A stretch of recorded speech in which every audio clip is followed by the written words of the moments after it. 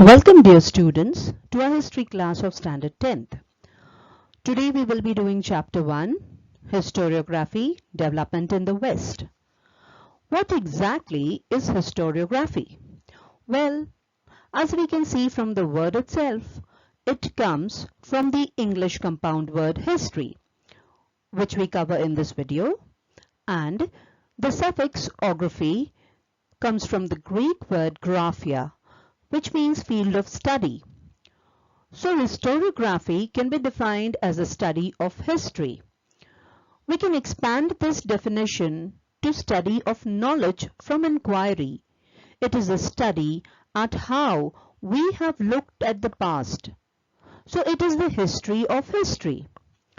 Historiography can very simply be defined as a study of how history was written, by whom, and why it was recorded as such. Moreover, it is a look at how historical events have been reinterpreted by historians over time and why. In this lesson, we will deal with tradition of historiography, modern historiography, development of scientific perspective in Europe and historiography, and about notable scholars. Research in history, writing, and studies involves developing an understanding of the past through the examination and interpretation of evidence. Evidence may exist in the form of text, physical remains of historic sites, recorded data, pictures, maps, artifacts, and so on. The historian's job is to find evidence, analyze its content and biases, corroborate it with further evidence, and use that evidence to develop an interpretation of past events that holds some significance for the present. By chronology, we mean what happened in which order. Chronology is important because the exact order in which events occur help us understand the cause and the effect of those events and thereby allow us to step back and view the big picture of history. How and why events unfold in the way they do, and how they are related. In the ancient world, chronological annals were produced in civilizations such as ancient Egypt and Mesopotamia. In the physical and natural sciences, the laboratory method of experiments and observation, also known as empirical method, is used to verify the available knowledge. This method establishes law which remain true irrespective of the time and space, and can also be tested and proved repeatedly. Say for example, the law of gravity is universal irrespective of time and space. It is applicable in India and in any part of the world. The result will be same. So is the case of the Pythagoras theorem, laws of motions, and so on. However, it may not be possible to carry out historical research using this method of experiments and observation, as today's writers were not present in the historical time and space. History is the study of past, particularly individuals, cultures, events, and issues of the past, and our efforts to understand them. Also, the historical events to be mentioned cannot be recreated, and it is not possible to establish laws of history that remain true irrespective of time and space. Hence, it may not be possible to use the method of laboratory experiments and observation in historical research. In historical research, an expert is needed with the knowledge of language and script of a historical document in order to read it and understand its meaning. Also, the experts can examine the authenticity, that is the validity of the document, by using criteria such as lettering style, author style of writing, manufacturing date and type of paper, stamps of authority, etc. Such a document is further scrutinized by a historian with the help of relevant historical references. For example, the discovery of King Tutankhamun's tomb is one of the most famous archaeological finds of the modern era. His tomb is one of the most intact ever found, and it has produced more than 5,398 artifacts. Since Tutankhamun's tomb and body were well preserved, researchers have been able to learn much about royal burials, mummification, and the tombs of ancient Egypt's 18th dynasty. Let's discuss about the writing of historical narrative. Critically examining of various sources of history. In the olden days, kings would have their biographies written by scholars or would themselves write about their life. Now we should find out information of that document by critically analyzing any evidence or references related to that time to prove the validity of the available material. Examining relevant references of the available historical information. Say for example, if we get coins and manuscripts. Now manuscripts are handwritten documents. So if we get coins and manuscripts of the time of Shivaji Maharaj, then we need to check if there has been a mention about the coins issued at that time in any of his documents or accounts. Thus, we can examine the script used in the coins and that of the document or the mention about it, thereby examining relevant references of the available historical information. Collecting historical information, highlighting the processes that lead to historical transitions, carrying out comparative analysis. Coinage of India began anywhere between early 1st millennium BCE to the 6th century BCE and consisted mainly of copper and silver coins in its initial stage. Gold coins have been excavated from Gandhara. The Indo-Greek kings introduced Greek types, and among them the portrayed head into the Indian coinage, and their example was followed for 8 centuries. So here we can do comparative studies of coins minted earlier and gradually the change that happened in them and about the change in the metals used or the inscriptions on them. Understanding the references regarding time and space of the given historical events and also various conceptual frameworks used in historical research method. Now, a conceptual framework basically illustrates what you expect to find through your research. It defines the relevant variables for your study and maps out how they might relate to each other. Then, regarding understanding the references regarding time and space of the given historical events. Say, for instance, the Arthashastra by Chanakya was observed to be a compilation of guidelines on governing a vast empire covering aspects of internal administration, military strategy, diplomacy, and economics. It also advised the ruler to promote the welfare of his people as they were the source of strength of a nation.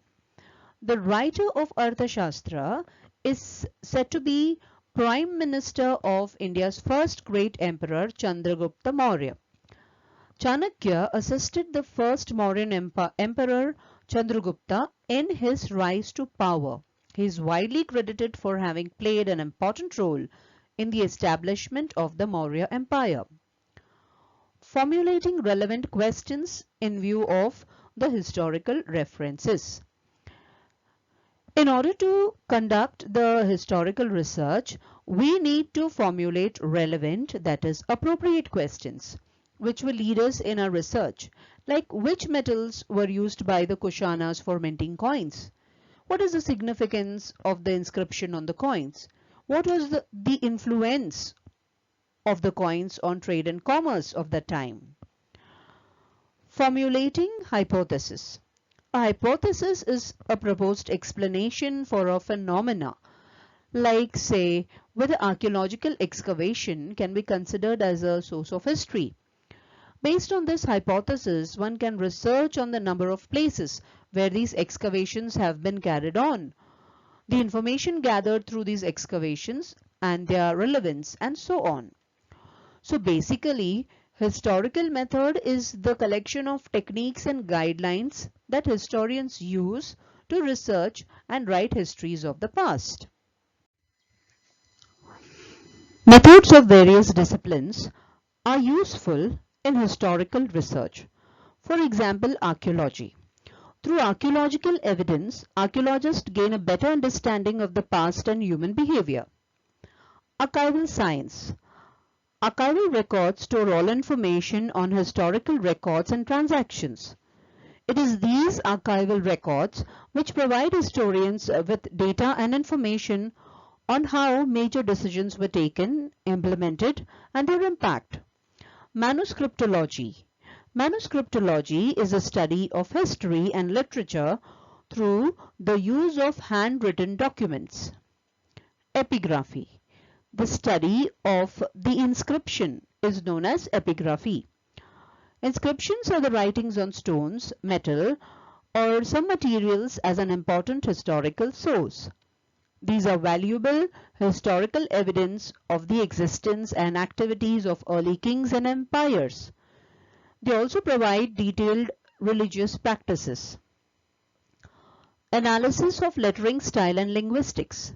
The study of linguistics and analysis of lettering style is important to the study of history as well as the evolution of speech, languages, reading, writing, and of historical events.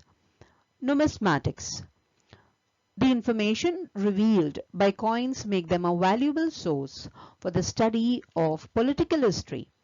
Coins discovered during archaeological excavations are important for use in dating various remains.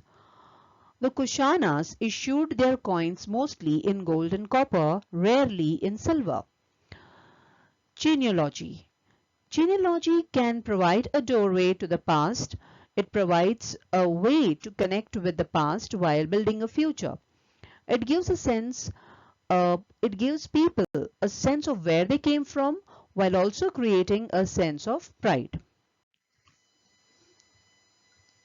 The Stele of the Vultures is one of the sections of a monument from the reign of Inatum in the early dynastic third period, say from 2600 to 2350 BCE in Mesopotamia, celebrating the victory of the city-state of Lagash over its neighbor state Umma.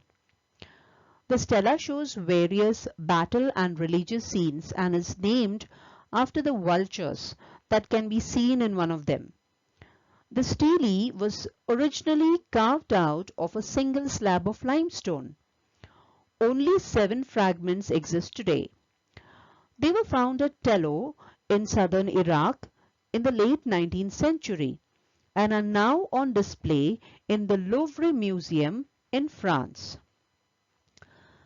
The birds of prey fly above horizontal bands of inscriptions, so that the upper part of the stele seems separate from and subsequent to the rest of the action in the upper register.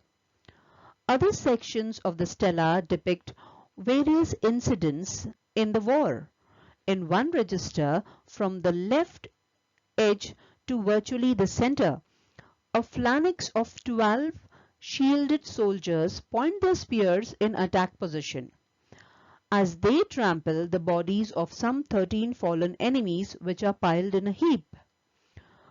The soldiers are aligned as if marching behind the figure of the king Inatum, who also faces right, wrapped in a flounced garment probably made of sheepskin. In the second register, a group of soldiers again appear at the far left. This time, however, there are no raised shields. Each soldier holds a long shafted spear in his right hand and a battle axe in his left, but both weapons are raised in march rather than in attack position. Here the soldiers follow behind the royal war chariot. The king holds the shaft of a spear in his left hand. On the other side of the stele is an image of Ninurta, a god of war holding the captive Umamites in a large net. This implies that Inatum attributed his victory to Ninurta and thus he was in God's protection. Understanding the past appears to be a universal human need, and the telling of history has emerged independently in civilizations around the world. By contrast, the term historiography is taken to refer to written history recorded in a narrative format for the purpose of informing future generations about events.